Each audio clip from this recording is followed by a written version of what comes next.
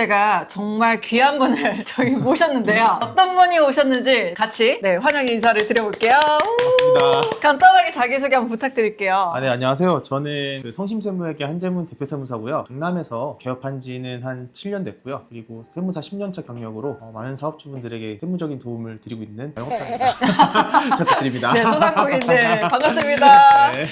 제가 듣기로는 세무계 BTS라고 들었거든요. 에? 역시나 저 들어가시는데 빛이 나시더라고요.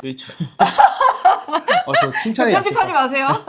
이거 좀 쉽지 않은데 빨리 본론으로 넘어가시죠. 네, 알겠습니다. 사실 제가 우리 귀한 대표 세무사님을 오늘 제가 모신 이유가 있는데요. 우리 원장님들이 매장을 운영을 하시면서 이 세무적인 부분들 되게 어려워하시는 분들 굉장히 많다 보니까 제가 정말 꼭 필요한 요점들만 콕콕콕 집어서 오늘 좀 쉽게 알려달라고 요청을 드렸습니다. 궁금하신 거 있으면 언제든 물어보시면 됩니다. 아니 원장님들이 대부분 운영을 하시면서 물론 지금 따로 통장을 관리하시는 원장님도 분명히 계시는데 대부분이 입금 통장 또는 거래처 제품들 통장을 따로 구분해서 쓰시는 분들이 거의 안 계시더라고요. 그렇죠. 보통은 통장을 쓰실 때 입금 통장과 출금 통장을 구분하시는 게 좋고 가끔 가다 보시면 이제 부가세 세금 통장 이런 것도 따로 구비하셔야 된다고 많이 고민들 하시는데 제가 봤을 때는 입금 통장과 출금 통장을 구분하시는 게 정말 좋고요. 중요하고요. 왜냐하면 카드 매출이 실제로 입금이 될 때 통장 내역에 굉장히 많은 금액이 찍히기 때문에 그 거래 내역 중에서도 이제 나중에 세무조사나 이런 그 과세관청에서 소명 대응을 할 때 자료를 준비하기 굉장히 어려워집니다. 그래서 입금과 출금은 분리를 해주시고 부가세나 뭐 소득세를 위한 그 세금 통장은 굳이 구비를 하셔야 되나.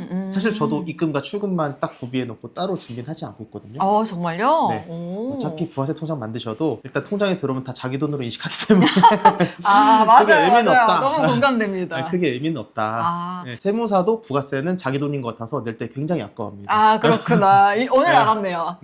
세무사님도 사람이다. 네. 아니, 사실 좀 전에 세무조사 이야기가 나왔는데 저도 자영업자일 때 세무조사가 혹시라도 나면 어떡하지? 하고 막 벌벌 떤 기억이 있거든요. 어떤 기준으로 어떤 분들이 좀 조심하면 좋고 나오면 어떻게 대처해야 될지까지도 조금 알려주시면 좋을 것 같아요. 솔직하게 말씀을 드리면은 일반 자영업자 뭐 연매출 한 3억 이하의 분들 같은 경우에는 세무조사 리스크가 크진 않습니다. 다만 세무조사 아래 단계인 과세자료 회목 요구라든가 이런 것들이 좀 많이 발생하게 되는데요. 어떤 분들이 좀 조심해야 되냐면은 지출하는 비용에 비해 매출이 과도하게 적으신 분들 2년 연속, 3년 연속 손실이 계속 발생하시는 분들은 사실은 타깃이 되기 정말 좋고요. 그리고 두 번째로 많이 발생하는 케이스는 누군가가 제보하는 경우입니다. 매출이 안 나와서도 지금 걱정인데 네. 지금 이것까지 걱정하는 원장님 분명히 그렇죠. 계실 것 같아요. 그렇죠. 보통 소비자분들이 제보하시는 경우는 많이 드물긴 한데 간혹가다 있고요. 보통 동종업계에서 현금영수증 미발행이나 아니면은 매출 누락이나 이런 건으로 해서 약간 제보를 하는 경우가 있는데 이 경우도 솔직하게 말씀드리면 크게 걱정 안 하셔도 되는 게 탈세 제보는 굉장히 구체적인 자료가 많이 확보가 되지 않으면은 세무서에서도 할 일이 많기 때문에 쉽게 인용되지 않습니다. 원장님들 오늘 꼭 기억하시고요. 그렇다면 오픈한 지 얼마 안 된 원장님들은 실제로 무실적인 매출이 생길 수도 있잖아요. 그렇죠. 네, 그렇게 했을 때는 어떻게 대처를 해야 될까요? 무실적이 원칙적으로 세법상에서는 실적이 없어도 즉 매출과 매입, 수익과 지출이 없어도 신고를 하게끔 돼 있는데요. 하는 게 원칙이긴 하나 실무적으로 봤을 때는 어차피 세무서에서도 추징할 게 없잖아요. 그렇죠. 매출과 매입이 없으니까. 네. 그렇기 때문에 무실적 신고 같은 경우는 실무적으로 늦게 하셔도 기한 후 신고라고 표현을 하는데 기한 후 신고를 하셔도 크게 문제가 없으시니까 만약에 실적이 없는 경우에 신고를 누락하시더라도 너무 그게 당황하지 마시고 그냥 홈택스나 아니면 세무사를 통해서 늦게 신고하셔도 문제가 없을 것 같습니다. 그렇군요. 네. 내가 놓쳤더라도 나중에라도 신고를 또 해도 가능하다. 네, 가능하시고 크게 문제 없다고 보시면 될 것 같고 다만 매출이 0원인데 매입만 있으신 경우에는 어쨌든 비용 처리나 아니면은 부가세 환급을 받기 위해서는 신고를 하셔서 혜택을 보시는 게 좋겠죠. 또 질문 하나 있어요. 아니 법적으로 하면 안 된다라는 정도는 알고 있는데 나는 샵을 하나 하고 있는데 또 다른 샵을 하고 싶어. 그래서 경업을 하시는 분들이 간혹 계시거든요. 그럴 때는 어떻게 세무적으로 또는 법적으로 좀 피해갈 수 있거나 합법적으로 좀 진행할 수 있다라는 게 있다면 조금 꿀팁을 알려주세요. 보통 샵을 하나 하고 계신데 에스테틱을 하나 더 차리고 싶다는 말씀이시죠? 그렇죠. 근데 이제 우리나라는 누진세율을 적용하기 때문에 소득이 많으면 많을수록 세율을 더 높게 적용받아서 세금이 많이 나오잖아요. 그런 경우에 보통 소득 분산을 위해서 다른 사업자를 하나 실질적으로 더 세우시는 경우가 있는데 실제로 많은 사업자분들이 배우자 명의나 뭐 실제로 뭐 가족 명의로 사업자를 내신 경우가 있는데 이게 만약에 들통이 나면은 결과적으로는 다 소득세로 합산돼가지고 소득세뿐만 아니라 가산세, 과소신고가세 추징까지 진행이 되는 경우가 있으니까 가능하면은 진행 안 하시는 게 좋은데 실제로 운영을 명의자가 하고 있다 있다면 인정받을 수 있습니다. 근데 사실은 실제로 운영을 하더라도 그걸 입증할 수 없으면은 한 사람한테 소득이 몰아져가지고 세금이 폭탄이 나오는 경우가 있거든요. 그래서 자료 준비를 잘 해놓으셔야 되는데 이 경우에는 실질적인 명의자의 계좌로 일단은 대금이 들어왔는지, 그리고 그 실질적으로 그 명의자가 사업장에 출퇴근을 하면서 관리를 했는지, 그리고 직원을 채용할 때 근로계약서나 여러 가지 계약서상에 명의가 실질적으로 누가 돼 있는지 이런 것들, 보통 경영이 실질적인 주체가 됐는지를 명확하게 제시할 수 있다면 제가 봤을 때는 이 부분에는 크게 문제가 없으실 것으로 보입니다. 다만 한 가지 확인하셔야 될 거는, 그러면 그 사람의 창업 자금은 어디서 났느냐. 네. 그 사람 명의로 사업자를 냈는데 사실은 에스테틱샵이 기본적으로 물적 시설이 필요한 것들이 그렇죠. 많잖아요. 네. 그러면 그 창업 자금은 어디서 났는지에 대한 자금 출처도 같이 소명하실 수 있으신 게 중요할 것 같습니다. 왜냐면은 기본적으로 이제 차명 사업장이라고 의심받는 경우에는 일반적인 소득이 없는 상태에서 이 사람이 돈을 대줬을 가능성이 높거든요. 그렇죠, 그렇죠. 네. 그 경우는 그냥 깔끔하게 증여세 신고를 하시는 게 나을 수도 있습니다. 아, 정말요? 왜냐면은 배우자 간의 증여세 같은 경우는 6억까지는 증여재산 공제가 돼서 과세가 안 되기 때문에 차라리 6억이 되긴 힘들잖아요, 사실은. 그렇죠. 네, 차라리 증여세 신고를 깔끔하게 하시고 이 사람이 창업자금으로 활용하시는 게 좋을 수도 있고, 만약에 그 배우자나 아니면 그 기타 친족분들이 사업을 창업할 만한 소득 증빙이 있으시면은 그걸로 진행하시면 되는 거고요. 대체적으로 저희 업종 자체가 1인 1 면허가 합법적으로 가능한데 그 이상의 경우는 사실 직원의 면허라든지 또는 가족의 면허로 대체하는 경우들이 간혹 있거든요. 네, 그래서 그런 부분에 대한 리스크까지도 이제 그렇죠. 제가 여쭤보는 부분인데, 결론은 실질적으로 면허나 자격을 가지고 있으신 분이 경영하는 것을 입증하실 수 있으시면 크게 문제될 것은 없어 보입니다. 그리고 여기서 되게 중요한 게, 만약에 A라는 사업장을 가진 그 납세자분이 다른 사람분의 명의로 사업장을 만약에 차리시고 그 사람이 실제로 운영하는 사이에서 소득 정산이 이루어졌다. 그러면 그 사이에 계약서를 잘 쓰셔야 돼요.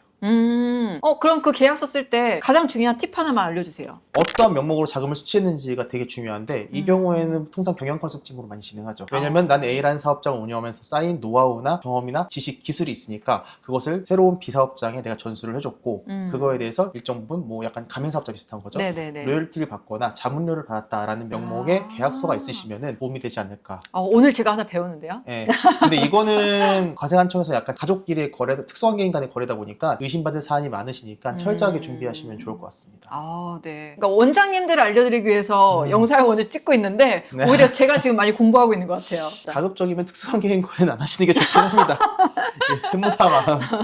네. 대부분 원장님들 보면은 시장에서 물건을 사거나 또는 간이형 수준들 많이 받는 경우들이 많잖아요. 네네. 그런 경우에는 어떻게 비용 처리를 해야 되는지. 일단 비용 처리에 대해서 설명을 좀 폭넓게 드리고 이 부분에 대해서 설명을 드려야 될 것 같은데, 우리나라는 기본적으로 적격증빙이라고 해서요, 카드, 사업주명의 신용카드 혹은 체크카드 상관없습니다. 카드로 지출된 내역, 그리고 현금영수증을 사업자 번호로 받은 내역. 여기서 주의하셔야 될 건 전화번호나 아니면 주민등록번호로 받은 현금영수증이 아니라 사업자 번호로 받으신 현금영수증을 말하고요. 그리고 세금예안서도 주민번호가 아니라 사업자 번호로 받으신 세금예안서나, 이 부분에서 적격증빙이라고 표현을 합니다. 근데 그 외에도 지출이 발생할 수 있어요. 예를 들면은 뭐 중고거래를 하셨다거나, 그죠? 뭐 번개장터나 아니면 중고나라에서 거래를 하시는 경우도 있고, 네네. 말씀하신 대로 시장에서 물건을 간단하게 구입하실 수도 있는데, 모든 지출에 있어서 저희가 다 카드나 현금영수증을 받거나 쓸 수는 없어요. 맞아요. 그 경우에 어떻게 하시게 되냐면은 간이영수증을 받으시면 되는데, 간이영수증은 적격증빙이 아니기 때문에 비용 처리는 가능하지만 2%의 가한세를 내게 됩니다. 이제 알았어요. 다만 건당 3만 원 이하의 지출은 가한세가 안 붙습니다. 그렇구나. 네네. 그럼 저 당근마켓 할 때 3만 원 미만만 사야겠네요. 많이들 저희가 지출하는 항목 중에 카드나 현금영수증 하기 어려운 게, 가장 대표적인 게 접대비입니다. 청첩장. 축의금이나 부조금 같은 경우는 거래 상대방 혹은 고객의 그 경조사에 참여를 했을 때 저희가 부조금이나 아니면 축의금을 드리잖아요. 이것도 비용 처리가 가능하신데, 일단 기본적인 증빙으로는 청첩장 혹은 부고문자 이런 것들을 갖추고 계셔야 되고, 그리고 가장 좋은 거는 현금으로 인출한 내역이 있어야겠죠. 우리나라 문화상 어쨌든 인출해서 보내니까요. 그 내역이 있으시면 되는데, 20만 원까지는 적격증빙이 없이 축의금이나 부조금을 해도 비용으로 인정이 됩니다. 혹시 그러면 20만 원 이상이다 했을 때는 20만 원만 빼고 일단 주셔야죠. 나머지는 카드 결제를 하시든지, 요즘 카카오에서 카드 결제 되더라고요. 축의금 부조금. 아니, 축의금을 카드 결제가 돼요? 요즘 되더라고요. 와. 됩니다. 카카오로 됩니다. 그래서 저도 참 세상 좋아졌다 생각했는데, 이거 모르셔가지고 사실은 너무 친한 대표님이야. 맞아요, 그래서 막 맞아요. 30만 원, 40만 원 하시는 경우, 게다가 요즘 호텔 결혼식 같은 거 한다 하면은 10만 원, 20만 원으로 좀 안 될 수도 있잖아요. 그런 경우에는 금액이 20만 원이 초과가 되면은 억울하게 비용 처리 못 받으시는 분들도 많이 계시기 때문에 이 부분은 좀 유의하셔서 20만 원까지만 된다라고 이해해 주시고 자료를 준비해 주시면 좋을 것 같습니다. 저는 오늘 금액이 20만 원인 줄 지금 처음 알았어요. 근데 이거 좀 개정될 필요가 있는 게 요즘 20만 원 넘게 줄 때가 굉장히 많아가지고 맞아요. 또 20만 원만 줄 수는 없잖아요. 그래서 이 부분은 어떻게 처리할지는 꼭 제가 아니더라도 주변 세무사님과 잘 협의하셔가지고 진행하시는 걸 추천드리고 그 청첩장이나 부고 문자는 일단 모아두세요.